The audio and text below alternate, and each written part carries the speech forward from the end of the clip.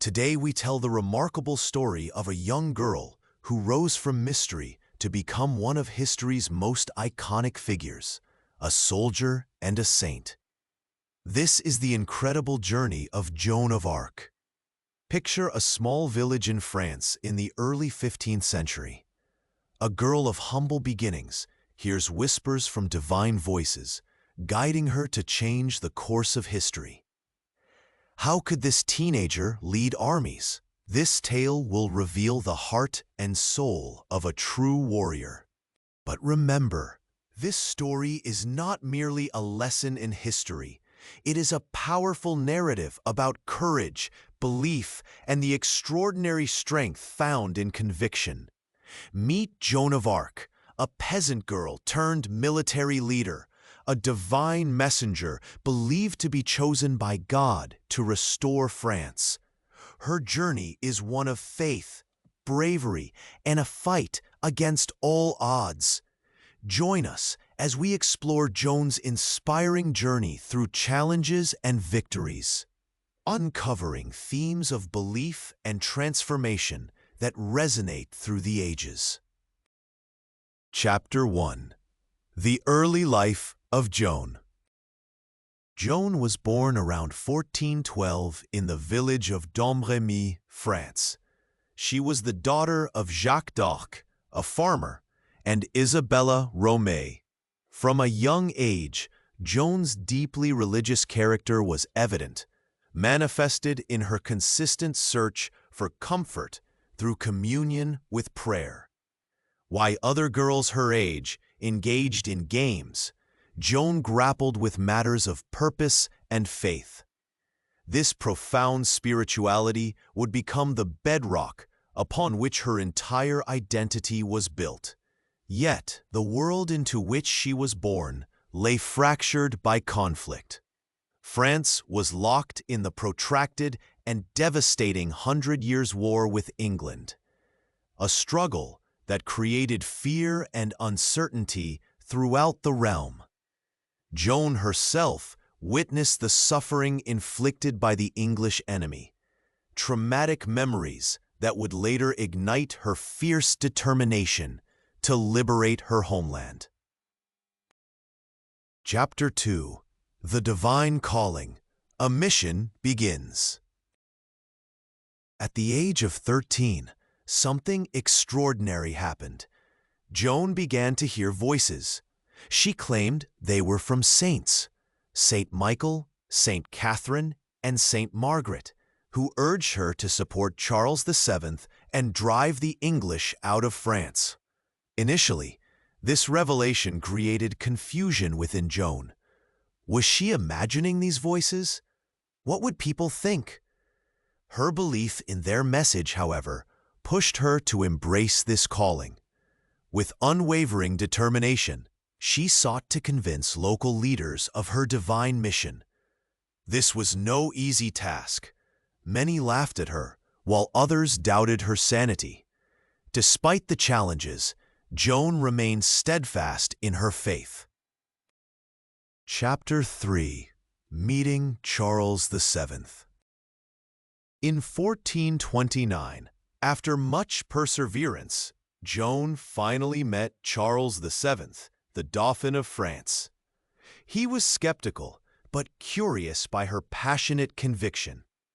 Joan looked into the eyes of the man she believed was destined to be king, and said, "You will be crowned king at Reims." Because of her unwavering confidence, Charles decided to trust her.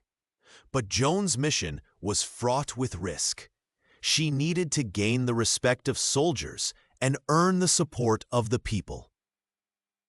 Could a teenage girl truly lead an army?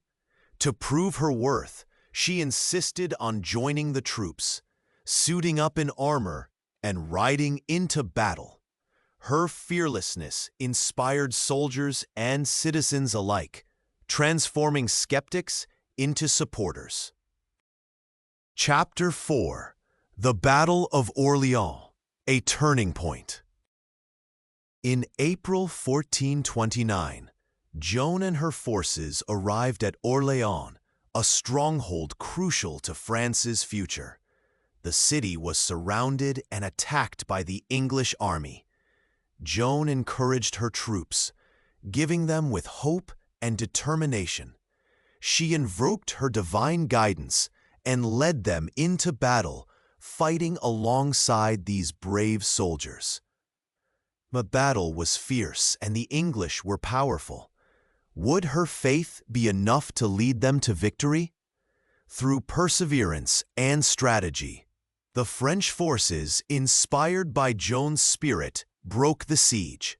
The victory at Orléans marked a significant turning point in the war and gave the French people new hope.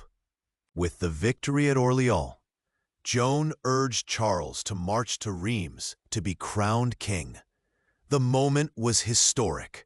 Charles was finally crowned king in July 1429, fulfilling Joan's prophecy.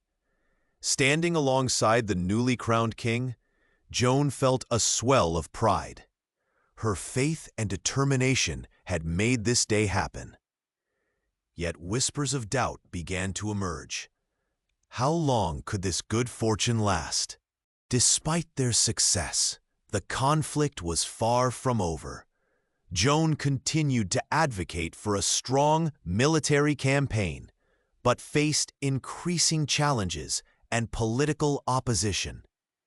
Joan struggled with the realities of war, loss, disappointment, and betrayal. The stakes were high, and she began to feel the weight of her mission heavy on her shoulders. With the English regrouping and an internal power struggle brewing in France, Joan's resolve was tested. Would she continue to fight, even when things grew more complicated? Chapter 5. The Fall of a Hero. In May 1430, during a military campaign, Joan was captured by the Burgundians, allies of the English. Her dreams of achieving greatness were shattered. Imprisoned and alone, Joan faced a new battle, a political trial conducted by the English, who sought to discredit her. They labeled her a heretic and witch. Despite the difficult circumstances, Joan stood firm in her beliefs. She defended her actions with conviction, maintaining her faith and purpose even when faced with torture and ruin. On May 30th, 1431, Joan was executed by burning at the stake in Rouen, France. She was only 19 years old. Even in her final moments, Joan displayed courage and conviction. She continued to profess her faith and remained steadfast in her beliefs, even when faced with death. Her execution shocked the nation. The young girl who had inspired so many had been silenced, but the truth of her legacy was far from over. Chapter 6. Joan of Arc's Rebirth in the Modern Age. In the years following her death, Joan of Arc became a symbol of hope and resistance for France. The war eventually turned in favor of the French. 25 years after her tragic death, a new court trial cleared Joan's name, declaring her innocent of all charges. Her legacy as a powerful figure grew, and much later, in 1920, the Catholic Church made her a saint. Joan's journey from a peasant girl to a savior of France lives on. Her message of courage, faith, and strong belief became an inspiration for generations. Chapter 7. Lessons learned from Joan of Arc. Joan of Arc's life teaches us valuable lessons that are still important today. 1. Believe in yourself. Trust in your convictions, even against all odds. 2. Stand up for your beliefs. Fight for what you believe is right, no matter the challenges. 3. Courage during tough times. True bravery is standing firm when faced with adversity. 4. Legacy of Faith.